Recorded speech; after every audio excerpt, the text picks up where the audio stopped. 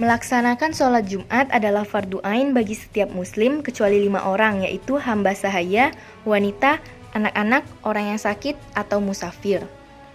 Anjuran untuk melaksanakannya dari Abu Hurairah dari Nabi, beliau bersabda, barang siapa mandi kemudian datang ke masjid untuk sholat Jumat, lalu sholat sunnah semampunya, setelah itu dia mendengarkan khutbah hingga selesai, kemudian sholat berjamaah, maka diampuni dosanya ketika itu hingga Jumat yang akan datang dan dilebihkan 3 hari.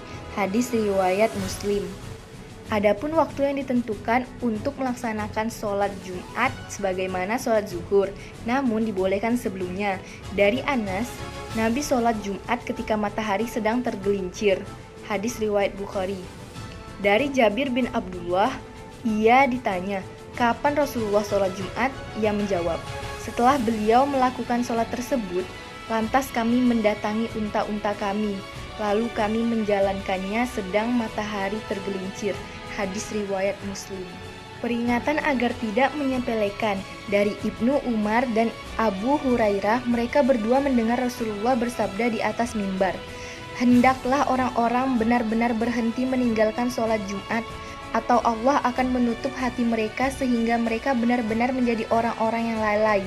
Hadis riwayat Muslim. Dari Abu Jad Ad-Damri, Rasulullah bersabda, barang siapa meninggalkan 3 kali sholat Jumat karena menyepelekannya, Allah akan menutup hatinya. Hadis riwayat Abu Daud. Dari Usamah bin Zaid dari Nabi, beliau bersabda, barang siapa meninggalkan 3 kali sholat Jumat tanpa uzur, maka ia dicatat dalam golongan orang-orang munafik. Hadis riwayat At-Tabarani.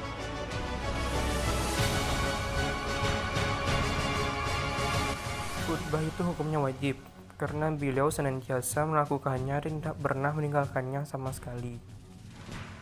Adab-adab pada hari Jumat, yaitu mandi.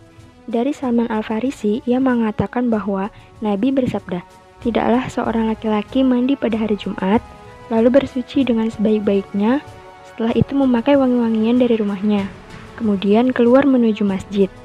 Tidak memisahkan antara 2 orang, lalu sholat sunnah semampunya. Lantas diam ketika imam berkhutbah, melainkan diampuni dosanya antara Jumat itu dan Jumat lainnya. Hadis riwayat Bukhari. Dari Abu Hurairah, ia mengatakan bahwa Rasulullah bersabda, jika hari Jumat tiba, maka tiap pintu-pintu masjid terdapat para malaikat. Mereka mencatat orang-orang berdasarkan kedudukan mereka. Yang datang pertama mendapat kedudukan pertama. Jika imam duduk, maka mereka menutup lembar catatan dan masuk untuk mendengar khutbah. Perumpamaan orang yang datang awal waktu seperti orang yang berkorban dengan unta. Setelah itu, seperti orang yang berkorban dengan sapi, kemudian seperti orang yang berkorban dengan domba, lalu seperti berkorban ayam, berikutnya seperti berkorban telur. Hadis riwayat Muslim. Hari Raya Idul Fitri dan Idul Adha bertepatan dengan hari Jumat.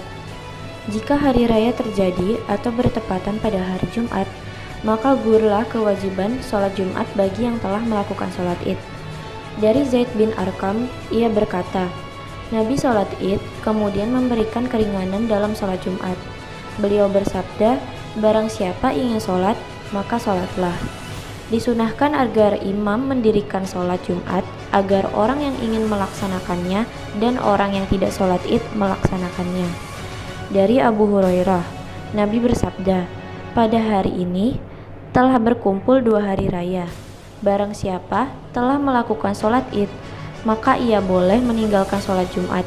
Namun, kami akan melakukan sholat Jumat.